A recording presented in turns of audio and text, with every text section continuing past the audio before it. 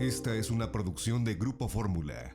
Ahora, de viva voz el maestro Iñaki Blanco, quien fuera Procurador General de Justicia en el estado de Guerrero. Le aprecio mucho, maestro, su confianza en este espacio para poder estar con nosotros. Gracias. Ricardo, buenos días. Un gusto estar contigo y todo tu auditorio. A tus órdenes. Maestro, ¿quién rayos es Juan? ¿Es el mismo que el Gil? ¿Y cómo es posible que las investigaciones sobre el caso de los 43 de Ayotzinapa en Iguala hayan dado un vuelco, un giro, en el sentido de, al menos por lo que se ha filtrado, de que sí hubo una participación de militares, policías y hasta sicarios de grupos criminales en la detención, muy probable tortura, muerte y dispersión de los restos de los 43? Ricardo, yo quisiera decirte en principio lo siguiente. A mí me preocupa la fecha que haya quien construya una verdad paralela o nueva, sustentada en el dicho de un delincuente.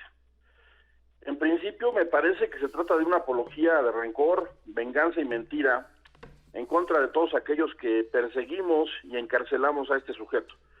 Como tú bien dices, ¿quién es Juan? Juan es Gilardo López Astudillo. Es un sujeto que ignora antecedentes del caso, que ignora o soslaya que hay pruebas suficientes que acreditan su participación en los hechos y que miente en dos aspectos fundamentales: en lo relativo a la supuesta ejecución de indigentes y en lo relativo al hallazgo de restos humanos en el vertedero de Cocula.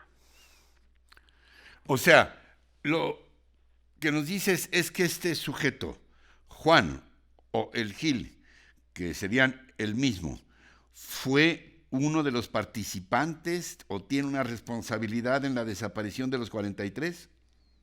Por supuesto, Ricardo, basta tomar en cuenta, confrontar su dicho con los denominados chats de Chicago o intervenciones telefónicas de la DEA.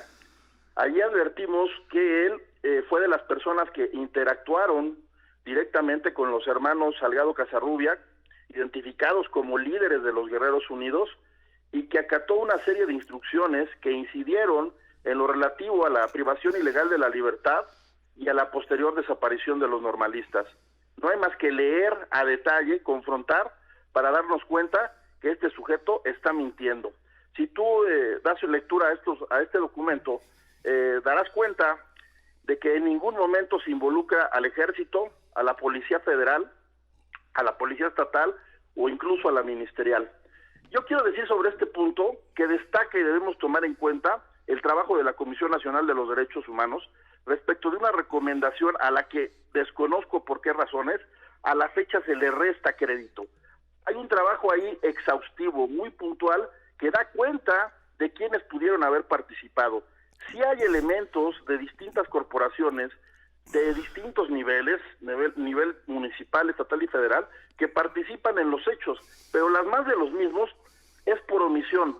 Son personas que, habiendo tenido conocimiento de lo que estaba ocurriendo, no hicieron nada para que cesara esta situación y tampoco reportaron a la superioridad para que se adoptaran las medidas correspondientes. Perdón, procurador, ¿te refieres a la recomendación de que los restos, todos los restos, se lleven a Innsbruck para su examen? No son todos los restos, Ricardo. Hablan ellos de 114 restos en lo particular. Me parece que esa es una de las grandes dudas. ¿Por qué no se ha hecho esa prueba? Creo que es una prueba importante, fundamental en toda esta historia. Nos hablabas, perdón, de la importancia de examinar 114 restos en el caso que nos ocupa, maestro. En efecto, Ricardo, mira, en este sentido creo que debemos tener presente que los restos que fueron encontrados en el vertedero de Cocula y posteriormente en el lecho del río San Juan devienen de una afectación térmica diferenciada y no de un fuego controlado propio de un horno crematorio, como expone este sujeto. Lo que sostengo tiene un soporte técnico pericial que obra en actuaciones. Este sujeto dice que una parte de los estudiantes fueron llevados a un horno crematorio.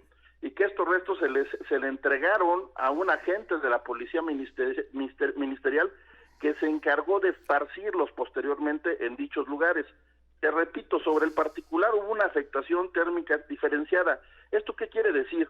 Que hubo distintos niveles de degradación, ahumamiento, calcinación y carbonización en los restos que se encontraron en estos puntos. ¿Qué es lo que nos estaría revelando esto? La verdad, el análisis exhaustivo de estos restos, maestro. Si esos restos corresponden o no a los normalistas y si corresponden a otras personas. Yo quisiera también abundar en lo siguiente, Ricardo. Este sujeto nos dice que hubo una ejecución de indigentes. A mí me gustaría, si tú tuvieses el tiempo en su momento para ello, que leyeras la página 283 del primer informe del IGEI. En él se alude a la desconfianza de los padres hacia las autoridades encargadas del caso, ya sea la Procuraduría del Estado de Guerrero y la PGR, y se transcribe un trascendido en el sentido de que en aquel entonces se difundió en el internet un mensaje de que habían desaparecido muchos indigentes y que se estaba preparando un anuncio sobre la aparición de unas fosas por parte del gobierno. A la par, Ricardo, en ese entonces hubo una manifestación de la CT Guerrero en la que se dijo que las fosas clandestinas eran un montaje de los gobiernos federal y estatal. En este sentido, yo pregunto, ¿qué tan inédita es la versión de Juan y qué hay detrás de ello? Te repito, son aspectos que me preocupa que se tomen en cuenta y peor aún que se les dé validez. ¿Por qué crees que el actual gobierno, las actuales autoridades, que incluso se han mostrado indignadas por la filtración de estos señalamientos recientes, ¿por qué confían en un sujeto como Juan o el Gil, independientemente de que sea legal? ¿Es legítimo, es ético, es moral confiar en alguien así? Me parece que no. Además debemos tener presente que las filtraciones dañan en mucho a las investigaciones, las contaminan, las enturbian y tienen efectos regularmente negativos. ¿A qué me refiero? Este sujeto busca el descrédito de las instituciones que han participado en los hechos y de las personas que hemos sido parte de los mismos en carácter de autoridad. Pero también busca confundir a la opinión pública y a la sociedad en su conjunto. Y aún más, creo que esto es lo más importante, revictimiza a las víctimas directas e indirectas. Quisiera yo abundar en lo siguiente, Ricardo. Cuando él dice el tema esto de los indigentes, a mí me parece una postura absurda, demencial e ilógica, por decirlo menos, que se haya pretendido sustituir unos cuerpos por otros. Hay que tener presente que a la fecha existen técnicas periciales de avanzada en materia de genética forense para determinar la identidad de una persona. Yo no sé si tengas presente que tu servidor fue parte de la PGR en distintos momentos. Participé en la investigación del homicidio del licenciado Luis Donaldo Colosio. Participé en la investigación del cardenal Posadas Ocampo. Fui además titular de la unidad de secuestros de la PGR y delegado federal de la misma dependencia. Tengo la experiencia suficiente como para no hacer una tontería en este sentido. El hallazgo de las fosas en Pueblo Viejo devino de la declaración de integrantes de Guerreros Unidos detenidos por la Fiscalía a mi cargo, quienes por cierto mintieron, dado que pasado cierto tiempo, una vez que se obtuvieron los resultados en materia de genética forense, llevados a cabo por la PGR, por la División Científica de la PF y por la Fiscalía a mi cargo, se determinó que no se trataba de los normalistas. Y algo bien importante, Ricardo, que los cuerpos que ahí se encontraron tenían entre 15 y 30 días de haber perdido la vida. ¿Esto qué quiere decir? Que no existe correspondencia en tiempo. Oye, también este sujeto ha dicho que él escuchó que estos Guerreros Unidos estaban sistemáticamente dando sobornos a diferentes autoridades. Por ahí salpicó a Omar García Harfuch, el actual secretario de Seguridad del gobierno de la Ciudad de México, que entonces, entiendo, estaba a cargo de fuerzas federales allá en esa zona de Guerrero. Dijo este sujeto que también tú recibías, creo que $50,000 mensuales de parte de Guerreros Unidos. ¿Qué respondes a estas imputaciones? Mira, lo niego categórica y enfáticamente, y sobre el particular te diría lo siguiente, que creo que desmonta o echa abajo lo que dice este sujeto. La Fiscalía a mi cargo investigaba a los Guerreros Unidos desde mucho tiempo antes de lo ocurrido en Iguala. La Fiscalía a mi cargo fue una instancia de generación y permanente intercambio de información con las instancias federales. Yo actué directamente con los representantes y con los titulares de distintas instituciones. Me refiero a la PGR, a la Policía Federal, al Ejército, a la Marina y al CISEN. Hablé directamente con el licenciado Murillo Caram. Hablé directamente con Eugenio Imas, hablé directamente con Monte Alejandro Rubido, hablé directamente con el general Cienfuegos. Nosotros estábamos intercambiando información por cuanto hace a la estructura y modus operandi de los Guerreros Unidos. Era una investigación parcial, pero nos permitió determinar a grandes rasgos qué es lo que estaba ocurriendo en aquel entonces. Nosotros lo que pretendíamos era detener a José Luis Abarca y a varias de las cabezas visibles de los Guerreros Unidos. Esto es contrario a lo que dice este sujeto, que obviamente, repito, ignora todos estos antecedentes del caso, en el sentido de que se pretendió responsabilizar a personas de bajo nivel respecto a la desaparición de los normalistas. Eso es falso. Tan es así que tu servidor, en cuanto llegó a Iguala, implementó un operativo de búsqueda y rescate de los estudiantes, y ello trajo como resultado el hallazgo de 68 de estos muchachos que resguardamos, que protegimos en las instalaciones de la Fiscalía. Pero además, derivado de nuestras actuaciones, se consignó a 33 elementos, la mayoría de los mismos de la Policía Municipal de Iguala. Se supo que habían participado policías de otros municipios aledaños o contiguos a Iguala, y consignamos a José Luis Abarca. Hoy José Luis Abarca está en la cárcel, derivado de la orden de aprehensión que obtuvo la Fiscalía de Guerrero. Mira. Y aún más... Sí, sigue. Ricardo. Sigue. Sí, te decía, mira, por lo que él dice de que existió algún grado de colusión de distintas autoridades, yo quisiera decirte que en aquel entonces hubo una incidencia a la baja respecto de distintos delitos. Particularmente destacaría lo siguiente: detuvimos a 416 secuestradores, fue la cifra más alta en todo el país, incluso por encima de las instancias federales. Sí. Detuvimos a integrantes de distintas organizaciones, los Ardillos, los Rojos, Guerreros Unidos, etcétera. Destaco algunos asuntos relevantes: el caso del secuestro del diputado Olaguer Hernández Flores, el caso del atentado contra Pio Quinto Damián Guato y homicidios de luchadores sociales. Todos esos asuntos que incidieron en la opinión pública nacional y trascendieron el interés de la entidad federativa fueron resueltos, y en muchos de ellos de manera conjunta con la Policía Federal. Simplemente por cuanto hace a los Rojos, detuvimos a más de 100 integrantes. Finalmente, a reserva de lo que quieras puntualizar, porque el tiempo ya nos aprieta. A ver, mencionaste a José Luis Abarca y precisamente era una de las preguntas que yo tenía pendientes. José Luis Abarca era el presidente municipal de Iguala, ¿de acuerdo? Así es.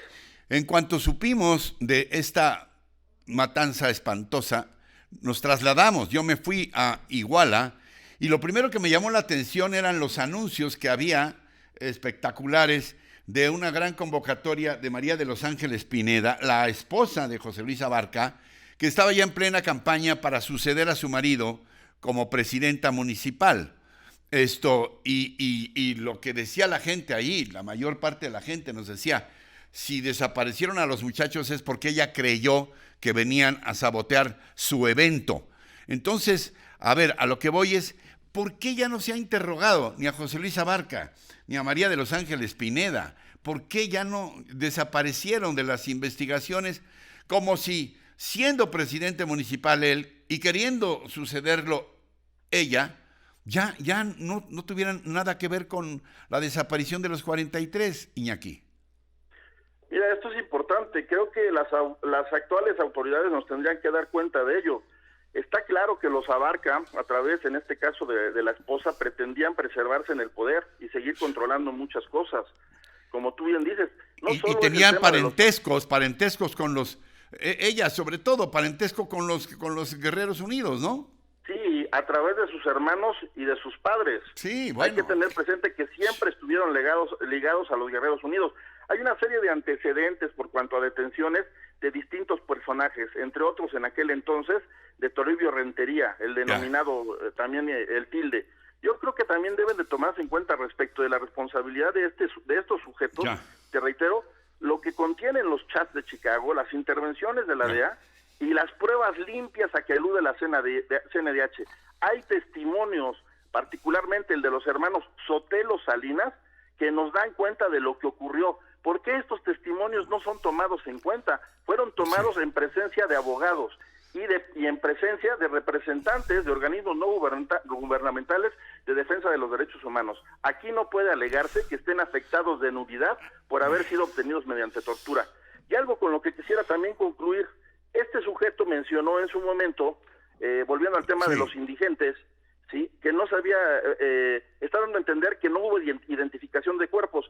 Déjame decirte que para eso basta también consultar las fuentes abiertas o el internet. Por supuesto que se identificaron 9 cuerpos. Podemos encontrar en el internet que los peritos argentinos y la PGR en su momento dieron a conocer de qué persona se trataba. Esto es, que al menos 9 cuerpos no correspondían a indigentes. Bueno, este espacio se queda abierto, maestro, para que si en algún momento dado haya necesidad por iniciativa nuestra o tuya, podamos seguir continuando con esta indagatoria, ¿vale?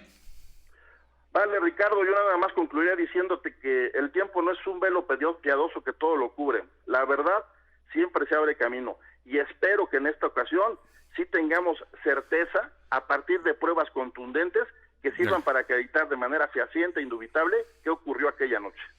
Gracias, maestro Iñaki Blanco, quien fuera Procurador General de Justicia de Guerrero cuando el caso de la desaparición de los 43 de Ayotzinapa. Encuentra más contenido como este en radioformula.mx.